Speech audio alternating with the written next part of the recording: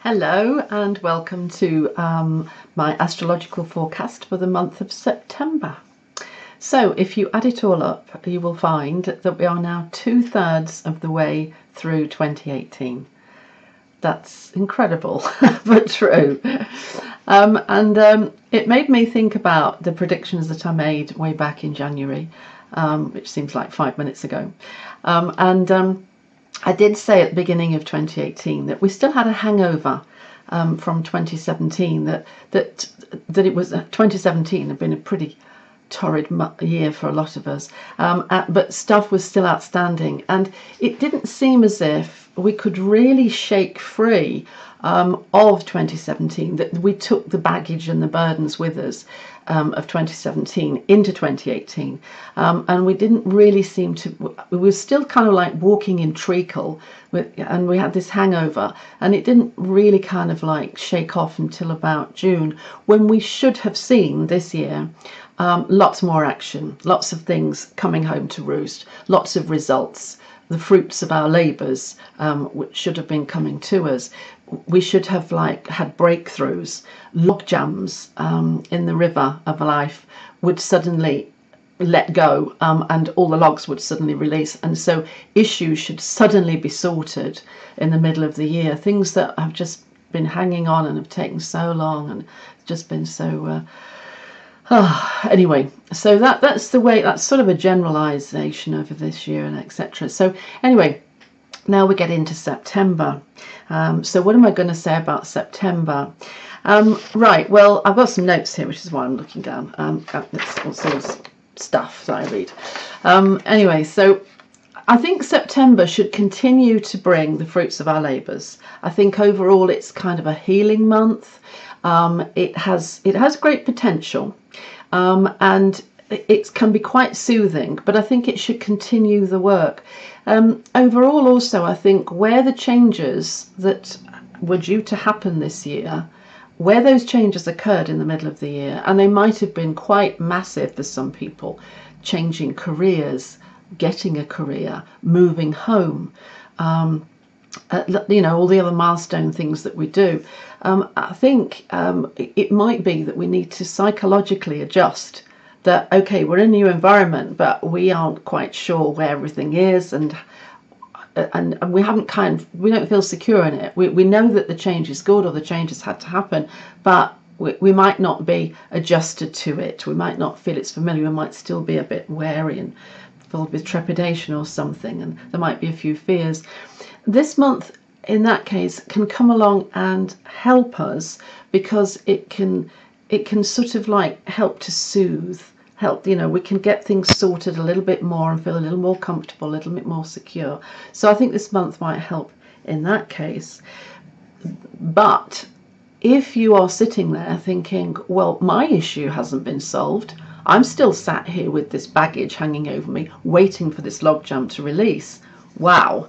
Well, in that case, you're a little late, a little late to the party of those that are having their issues sorted out and mended and fixed and healed. Okay, this month can also help you. It can release your logjam. It can bring about the stuff that you need to happen. It all can tumbling out, and all the jigsaw pieces can go down in place. Yes, that can happen for you too. Now we've got, I'm going to read you this stuff here, right? So this month we have 3 big planetary configurations, alignments, aspects as we call them.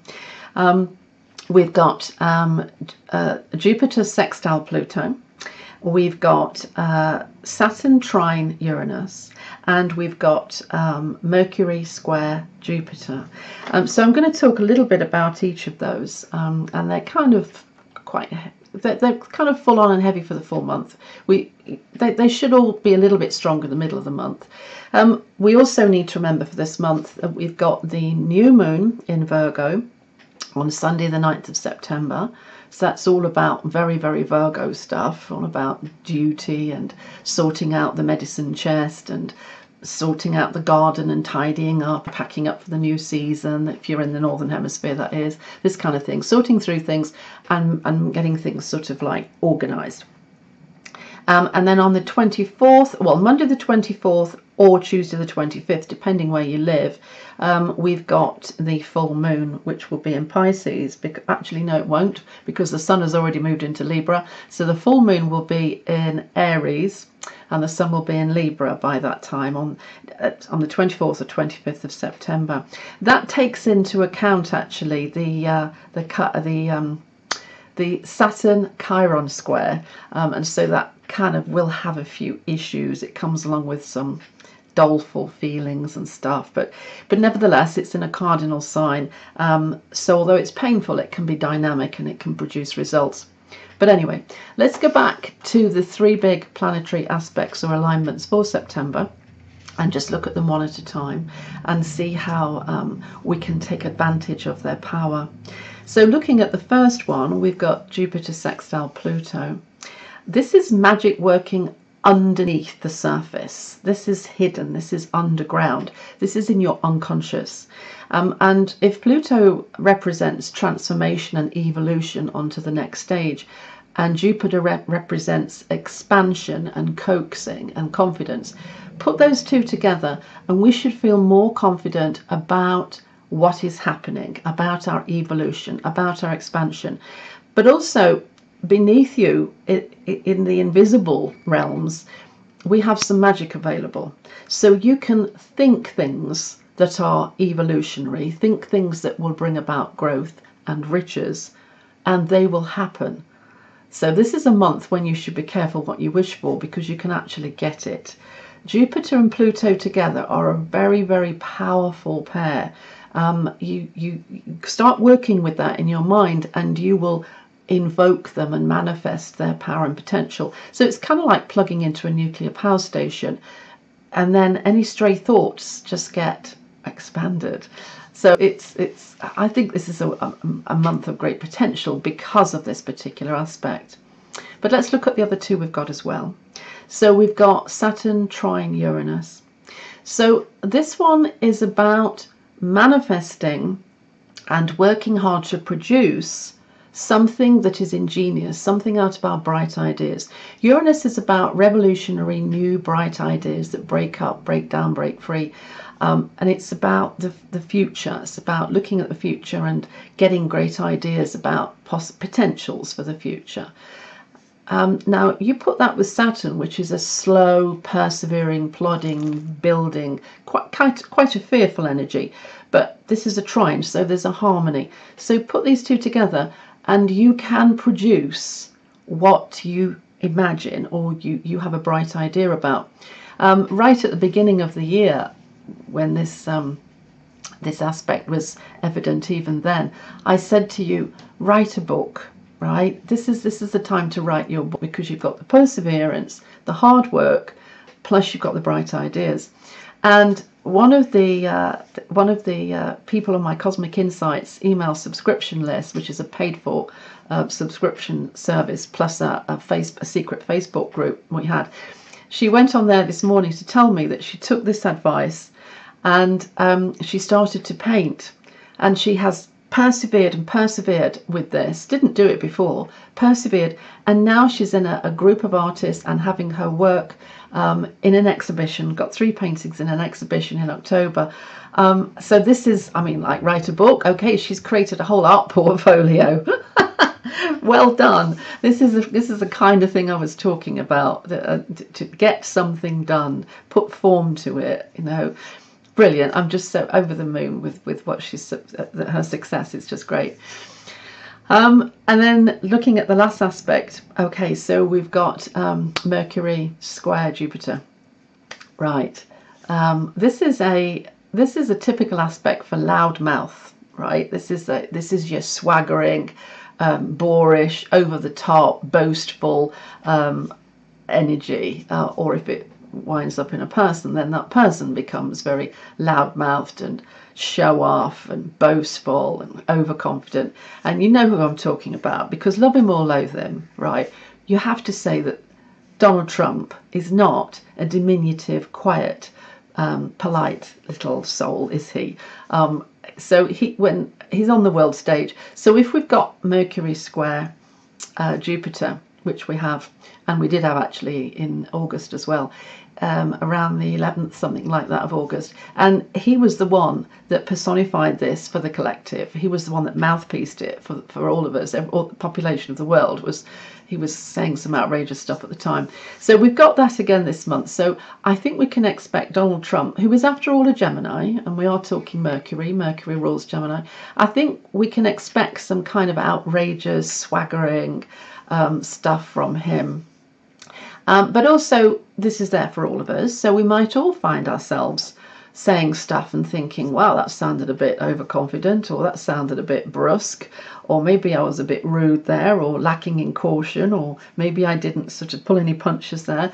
But also, this particular aspect adds to the general Jupiterian feel for the month, and sort of like pushes us and makes us look over the fence and explore and take on more challenges. We feel a bit more confident, and it will help all of those writing the book because you'll get this boost of energy which makes you kind of like go, come on, let's get at it. So that will help. Okay, so what else have we got? Oh yeah, so as I spoke earlier, the Virgo new moon on the 9th of September. So diligence, hard work, sorting out your files, your accounts. For heaven's sake, do your accounts. This is a good time. Anything detailed like that, go to the dentist, make all your medical appointments, you know, those routine things that you should do and you don't do. Clean out cupboards. This is the time to do all that stuff. Well, you know, it sounds pretty boring, but where would we be without Virgo helping us to put order to our lives? So it's all good stuff. And then just talking now about the full moon in Aries with the sun in Libra on the 24th, 25th. As I said before, yes, this takes into account the Chiron Saturn square, and yeah, this could be a little bit. What it will do, it'll make us feel a little under-resourced. It will make us feel a little bit depressed. We're not, you know, it's not the best of energies, but it's in the cardinal cross. So what this means is instigate, initiate, punch something through, drive it forward, take the reins, be in charge, take an action. It will be the right action. Don't sort of hesitate or anything. It's that kind of energy. So just punch through that one and look at the debris afterwards, and then pick up what you've got and work with it. It's a good energy, but it just might feel a bit at the time. Okay, I think I just covered everything. And don't forget to have a reading with me. I'd love to hear from you, and if you've had a reading with me before, then it only costs £59 for an hour, and I love to sit and chat. I'm in a new office now. The stuff at the back of me has changed. Have you noticed? This is all my changes. My daughter's moved out. I've moved into her old annex. This is my new office now. So, oh, see, I'm doing all these changes, and she moved out in June as well. So there you go. My own astrological prediction came true in my own house. But that's anyway. So yeah, I'd love to hear from you. I have a reading. That would be real nice. I love doing that. It just gives me such a thrill. And oh, did you want to see my kitten? He's growing. Shall I pick him up and show you? Here we are, Oliver. Oh, little Ollie. Oh, here he is. Oh, he is so sleepy, Mummy. You've woken me up. So there he is. He's growing, isn't he? He's getting much bigger. Oh, yes. And he's been sleepy boys. He went, oh, you've woken me up. Anyway, there he is. I'll keep showing him to you every month, and then you can see how he grows. He's not allowed out yet. We walk him on a harness, but he hasn't been neutered yet, so he can't go out free, but he will do in October after he's had his operation. There you go, look, Ollie. Say hello to everybody. Say hello. Hello, everybody. Okay, look forward to seeing you in October. Bye from both of us. Bye.